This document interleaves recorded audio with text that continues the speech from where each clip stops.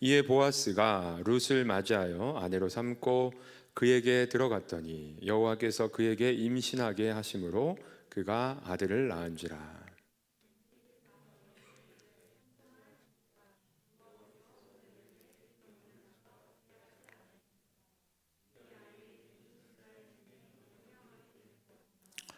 이는 내 생명의 회복자이며 내 노년의 복량자라. 곧 너를 사랑하며 일곱 아들보다 귀한 내 며느리가 낳은 자로다 하니라.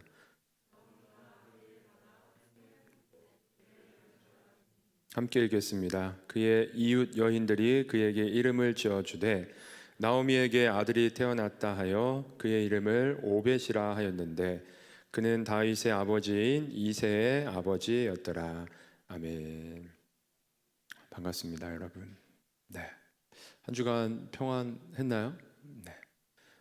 주님과 함께 동행하는 한 주를 잘 보내셨는지 이 예배 시간을 통해서 다시 한번 각자의 삶의 모습을 좀 돌아보았으면 좋겠습니다. 지난 한 주간 여러분의 삶은 어떠셨나요? 그렇죠? 여전히 우리는 우리에게 주어진 그 삶의 자리에서 우리가 원하는 그 무엇, 우리가 해야 될 그 무엇에 우리의 마음을 빼앗겨서 지난 한 주간도 살아오지 않았을까라는 생각이 되어집니다. 그 안에 과연 하나님이 우리와 나와 동행을 하고 있었는지, 여러분 진짜 여러분과 함께 동행하길 원하시는 그 하나님과 동행하면서 살아왔는지 지난 한 주간에 우리의 삶을 돌아보았으면 좋겠어요. 하나님께서 우리를 구원하시고 여러분 이 자리에 있는 여러분에게 정말 내가 너를 사랑한다, 너는 내 아들이고 내 딸이다 라고 불러주셨잖아요. 그러면서 우리에게 원하시는 것은 그래 이제 너는 나의 딸이고 나의 아들이니까 너희들이 원하는 삶의 그 목적하는 목표로 하는 것들 나에게 구하며 마음껏 펼치며 이 세상 멋지게 한번 살아봐라. 그렇게 우리에게 말씀하시는 것이 아니라 하나님께서 진정 우리 각자를 통해서 이 시대에 바라시고 원하시는 뜻이 무엇인지를 깨닫고 우리가 그 뜻 앞에 살아가기를 원하신다는 것, 그거를 우리가 항상 놓치지 않고 여러분 각자의 삶의 자리에서 그것을 하나님 앞에 구하면서 기도하면서 그 말씀 앞에서 여러분의 삶을 이렇게 만들어 갈 수 있는 우리가 되었으면 좋겠습니다. 여러분 우리가 오늘까지 이제 룻기의 말씀을 4주에 걸쳐서 살펴보는 건데요. 룻이라는 한 여인의 삶을 통해서 하나님께서 얼마나 큰 일을 이루셨는지 우리가 그 말씀을 살펴보고 있습니다. 1절부터 쭉 한번 내용을 간략하게 다시 생각해 보면요. 먼저 나오미라는 여인이 나오죠. 나오미라는 여인이 하나님의 백성 이스라엘의 땅에, 그 중에 베들레헴이라는 작은 마을에 살던 여인이었습니다. 그런데 그 땅에 심한 기근이 들고 더 이상 여기에서 먹고 살기 힘들겠다라는 판단 안에 남편과 함께 두 아들과 함께 이웃나라 모압 땅으로 이민을 가게 되죠. 이민을 가서 한 10년의 시간을 살아가게 되면서 그 10년 동안 두 아들은 결혼을 하게 되었고요. 그래서 며느리도 얻게 되었고, 그런데 무엇입니까? 안타깝게 사랑하는 남편과 두 아들이 모두 10년의 그 시간 가운데 죽음을 당하게 됩니다. 참으로 고통스러운 시간이었겠죠. 그러던 와중에 이제 다시금 베들레헴 땅에 흉년이 지나가고 이제 추수하고 사람들이 농사를 짓기 시작했다라는 이야기를 들으면서, 이 당시에는 농경 사회였으니까 남자가 전혀 없는 이 가족 구성원들은 참으로 힘든 시간을 보내고 있었습니다. 고향으로 돌아가면서 두 며느리에게 너희들도 너희 부모님의 집으로 다시 돌아가라, 나에게 더 이상 소망이 없구나 라면서 자유롭게 놓아주지만 룻이라는 여인은 이 어머니를 통해서 만난 하나님, 그리고 이 어머니를 평생 함께 따라가겠다는 그 결심을 하고 어머니를 따라오게 되죠. 그리고 베들레헴으로 돌아옵니다. 이때가 추수 때였어요. 지난주에 제가 잘못 얘기했던 거예요. 7개월이라고 했죠. 7주간의 7주간의 밀과 보리를 추수하는 그 시작하는 때에 마침 고향으로 돌아오게 되었습니다. 돌아온 그들을 보면서 동네 사람들이 이야기하죠. 저가 나오미가 아니냐. 나오미는 기쁜 자, 즐거운 자라는 뜻인데 나를 더 이상 나오미라 하지 말고 마라라 하라, 쓴자라 하라. 내가 너무 고통스럽다.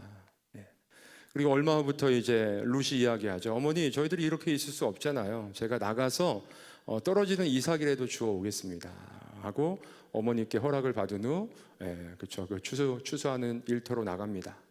때마침 누구를 만나죠? 보아스라는 가까운 친척의 집에 어떻게 하여서 추수하는 곳에 가서 일을 하게 되는데, 그곳에서 마침 또 보아스가 나와서 그 룻의 모습을 보는 것이죠. 이미 이 동네에는 소문이 다 퍼져 있어요. 나오미라는 여인이 돌아왔는데 며느리 룻이 같이 함께 왔는데 지금 이런 처지에 있다. 근데 그 모습을 보니까 너무나 측은한 마음이 들었던 것이죠.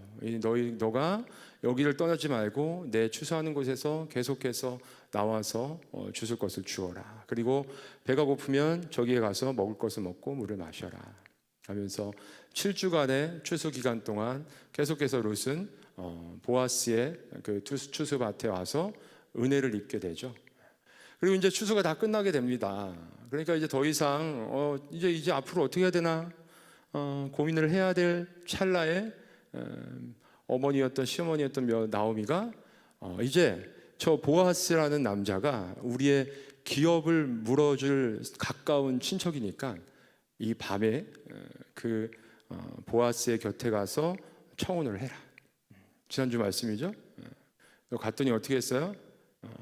이제 추수를 다 마치고 이제 신나게 잔치를 베풀고 잠자리에 들었는데 한 여인이 왔어요. 깜짝 놀랐어요. 어떻게 왔느냐? 나의 기업물을 짜라고 어머니께서 얘기해 주셔서 지금 청혼하러 왔습니다. 기다려라. 너의 모습이, 너의 은혜 베품이 처음보다 더하도다. 그죠?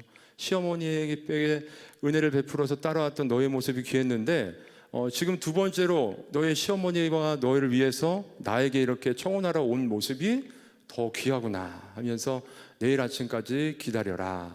그러면서 내가 나보다 더 가까운 기업물을 자가 있으니 그에게 내일 가서 기업을 물을 것인지 물어보고 물으지 않겠다고 하면 내가 너의 청혼을 받아서 너와 결혼을 하겠다라고 이야기를 했죠. 그리고 어떻게 됐을까요? 오늘 말씀 보니까 그 기업물을 자에게 갔더니 맨 처음에 좋다고 그랬어요. 젊은 여인 룻과 함께 결혼을 해서 또 새롭게 또 아내를 맞이할 수 있다는 그 즐거움에 좋다고 생각을 했었던 것 같아요. 그렇지만 그 기업물을 자의 책임이 무엇이었어요?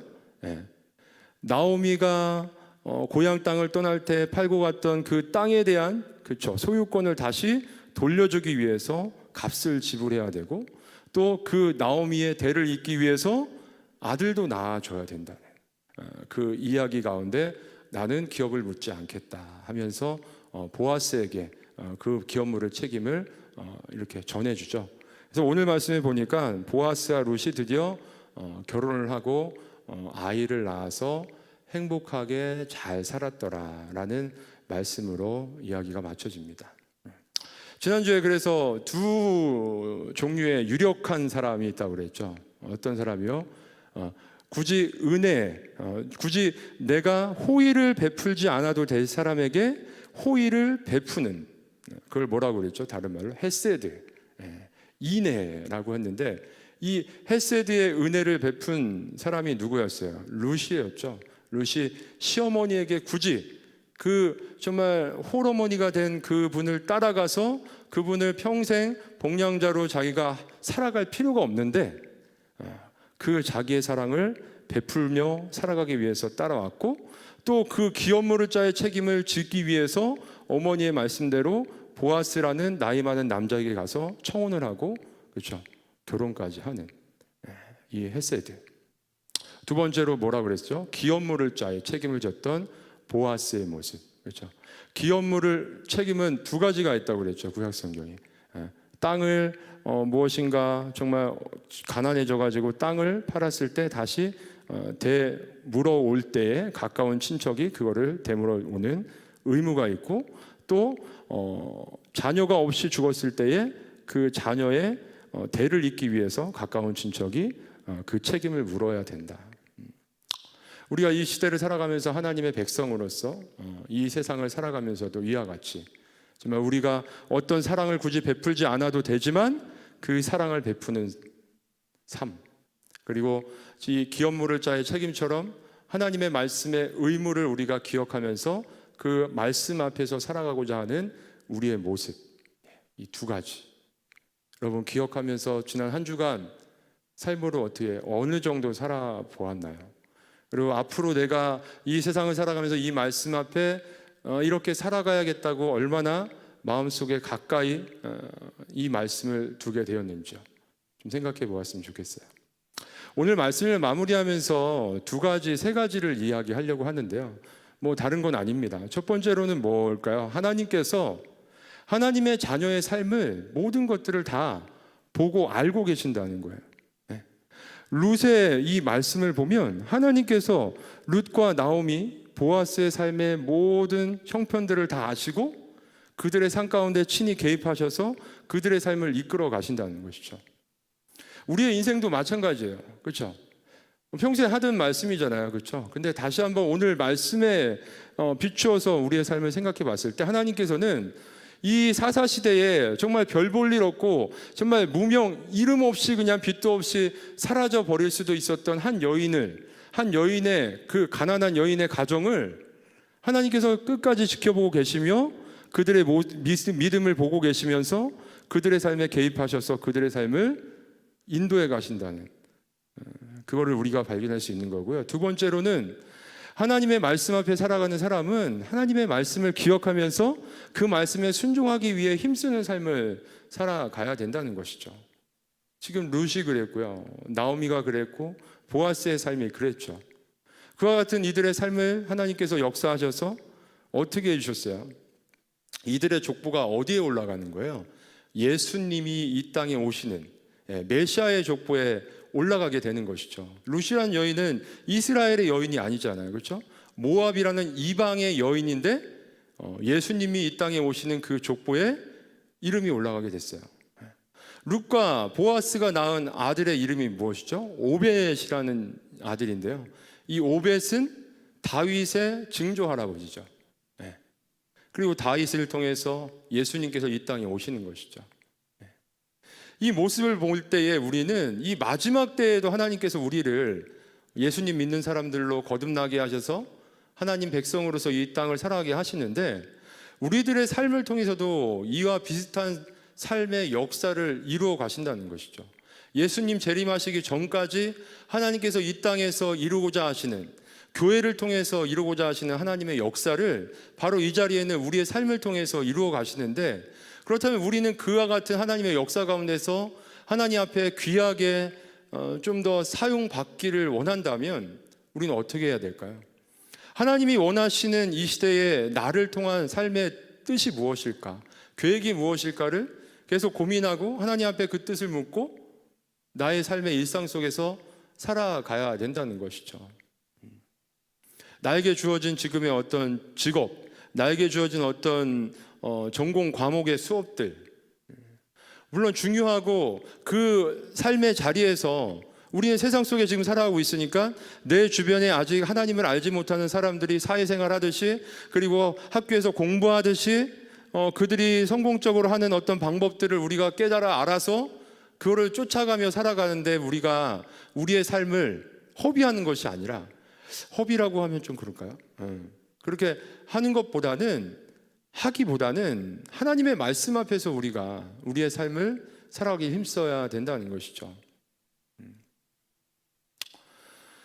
오늘 말씀에는 누가 나오나요? 또 공동체가 나옵니다. 보아스와 룻이 그렇죠. 아내를 맞이하여 삼고 임신하게 하여 그 아들을 낳으니 여인들은 여기서 14절에 여인들은 누구예요? 이 베들레헴에 살고 있는 신앙 공동체죠. 나오미에게 이렇게 이야기하죠. 찬송할지로다 여호와께서 오늘 내게 기업물을 자가 없지 않게 하셨도다. 이 아이의 이름이 이스라엘 중에 유명하게 되기를 원하노라. 이 신앙 공동체의 모든 구성원들이 너무나 이 일을 기뻐하고 하나 돼서 추구하고 있어요. 15절, 이는 내 생명의 회복자이며 내 노년의 복량자라. 곧 너를 사랑하며 7 아들보다 귀한 내 며느리가 낳은 자로다 하니라. 참으로 아름다운 공동체의 모습이에요. 우리 이 성서교회 청년부 공동체가 바로 이 시대에 이런 공동체가 되어야 하지 않을까요? 그렇죠? 이 시대는 지금 어떤 시대예요? 룻기의 말씀은 사사시대, 이 구약의 말씀 중에서도 가장 좀 뭐라 그럴까요? 제일 하나님을 잊어버리고 각자 자기의 소견대로 옳은 대로 행하던 그 시대 가운데, 그렇죠? 그래가지고 그 죄의 그 가득함이 하나님의 백성이 살고 있는 그 땅임에도 불구하고 정말 너무나 끔찍하던 그 시대에 이 베들레헴이라는 이 작은 마을의 공동체는 그 끔찍한 죄악의 세상 속에서도 그 믿음의 공동체의 그 아름다운 모습을 흐트러뜨리지 않고 잘 유지하며 살아가고 있었다는 것을 우리는 발견하게 되는데요. 제가 예전에 섬에 한번 들어갔던 적이 있어요. 한 10,000명 정도가 사는 섬인데 들어갔다 원래 다음날 나와야 되는데 갑자기 이제 풍랑주의보가 일어나서 한 3, 4일 정도를 더 있다가 나오게 되는 어쩔 수 없는 상황에서 그런 일이 있었어요. 그래가지고 이제 월요일 날 들어갔다 화요일 날 나와야 되는데 수요일, 그래서 수요일, 목요일, 그래서 수요 예배를 드리게 됐어요. 근데 그 섬마을에 이제 주일날은 그래도 한 100여 명 모이는 그래도 작지 않은 교회였어요. 근데 수요 예배 때 딱 한 1시간 전에 가서 예배를 이제 미리 가서 이 섬교회는 어떨까 그런 마음의 궁금증을 가지고 딱 뒷자리에 가서 앉아 있는데 1시간 전부터 수요 예배 때 성도님들이 오셔가지고 찬양팀이 와서 찬양 연습을 한 30분을 하는 거예요. 그리고서 30분을 또 30분 정도? 30분을 더 했지. 계속 연습을 하고 예배 전에 30분을 또 성도님들이 일찍 거의 대부분이 예배 시간이 뭐 7시라 치면 6시 반, 30분 전부터 예배 전 찬양이 있다는 걸 이미 다 아니까 30분 전에 거의 대부분의 성도님들이 와서 찬양을 같이 하고 또 수요 예배인데 설교 전에 특송 시간이 있어요. 매주 한대요. 매주 특송을 돌아가면서 이렇게 준비해가지고 특송을 하고 그 분위기가 마치 제가 어릴 때 제가 어릴 때 다니던 교회의 모습이 그 섬에는 여전히 그대로 남아있는 그 분위기, 그 느낌을 받아서 너무나 감격스러운 그 예배의 시간을 경험했던 적이 있어요. 뿐만 아니라 그 며칠 있으면서 이제 그 교회에서 운영하는 그 섬에 하나밖에 없는 복지관이 있는데 그 복지관을 다니는 아이들, 근데 모르는 사람이잖아요. 어디서 왔는지도 모르는 사람인데 대부분의 아이들이 지나다니면서 어른을 보면 다 인사를 하는 거예요. 안녕하세요, 안녕하세요. 그 섬은 우리나라에 기독교가 처음 들어왔던, 그리고 우리나라에 처음 세워진 교회 중에 하나인 중화동 교회, 지금 말하는 섬은 백령도예요.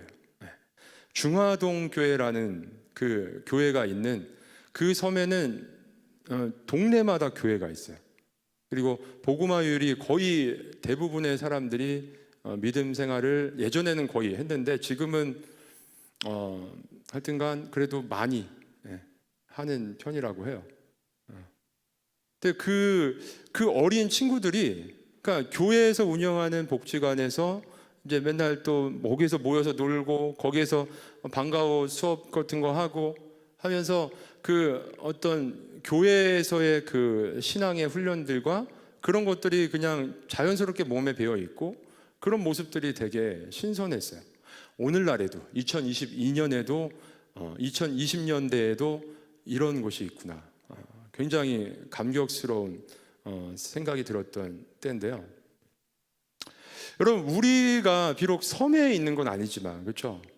우리도 어떻게 보면 도시 안에 있지만 도시 안의 교회의 모습이 마치 섬과 같은 그런 또 모습이 있는 것도 아닌가, 그렇죠? 세상 사람들은 다 하나님을 잊어버리고 하나님의 말씀의 질서 앞에서 살아가지 않는데, 우리 신앙인들은 매주 하나님 앞에 나와서 예배하며 하나님 말씀 앞에서 어떻게 살아가려기를 하는지를 우리가 힘쓰고 있잖아요. 그런 의미에서 우리는 이 시대에 또 좋은 믿음의 공동체로서 이 땅에 세워져 있다는 것을 또 생각해 볼 수 있는 것이죠. 그리고 우리가 하나님께 받은 그 좋은, 하나님이 주신 그 삶의 틀을 우리가 깨뜨려지지 않고 잘 유지하면서 세상 속에서 빛이 되고 소금이 되는 역할이 굉장히 중요하다라는 생각을 해보게 됩니다. 요즘에 요한계시록의 말씀을 계속 우리가 이제 성경 양육 훈련으로 하고 있는데요. 우리 한 9명의 청년들이 듣고 있죠.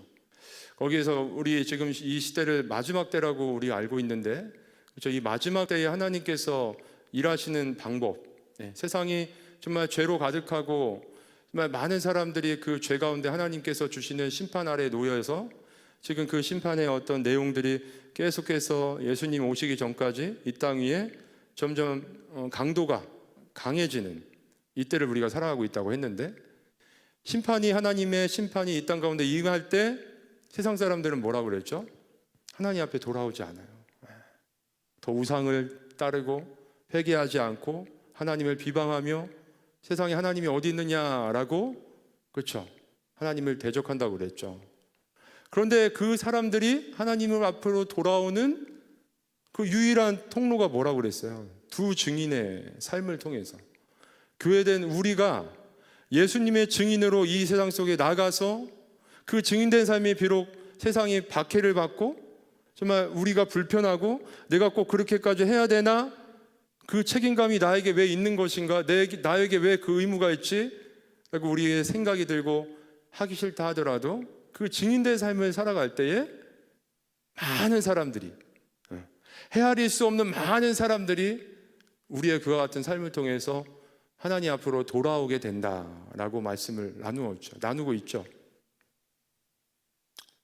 여러분, 이 룻기 시대의 사사 시대에, 그렇죠? 룻이라는 여인이 하나님 말씀 앞에 살았을 때에 하나님께서 그의 삶을 어떻게 인도해 가시는지 우리는 살펴보았습니다. 우리도 이 시대에 정말 매주 예배 시간에 나와서 하나님 앞에 하나님의 말씀 듣고 은혜 받고 주일날 은혜 받고 다시 월화수목금토 세상으로 돌아가서 반복되는 그냥 나의 삶으로 다시 돌아가고, 그래서 나의 삶에 조금 하나님 앞에 하나님 말씀에 어떤 도움되는 그 말씀들만 나의 삶에 적용하면서 살아가는 것이 아니라 나의 삶을 송두리째 좀 하나님 앞에 맡겨드리고, 나의 삶을 하나님 앞에 맡겨드리고 하나님이 원하시는 삶의 그 어떤 방향을 가지고 내가 살아갈 때 하나님이 어떻게 나의 삶에 역사하시는지를 궁금하지 않아요, 여러분? 하나님이 나의 삶을 어떻게 이끄실지?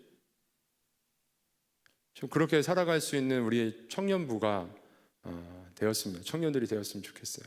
그리고 그렇게 살아가면서 받는 은혜들을 우리 공동체 안에 모였을 때 서로 이야기 나누면서, 그렇죠? 그런 은혜의 이야기를 나눌 수 있는 공동체. 우리 평소에 이렇게 모임하면 매주 모임할 때 이렇게 나누는 삶에 대한 나눔이 거의 비슷하지 않아요? 이번 주에도 이랬고 저번 주에도 이랬고 이번 주에도 이럴 거 없고. 왜 우리의 삶의 나눔은 매주 거의 비슷할까요? 한번 생각해 볼 수 있는 우리가 됐으면 좋겠습니다.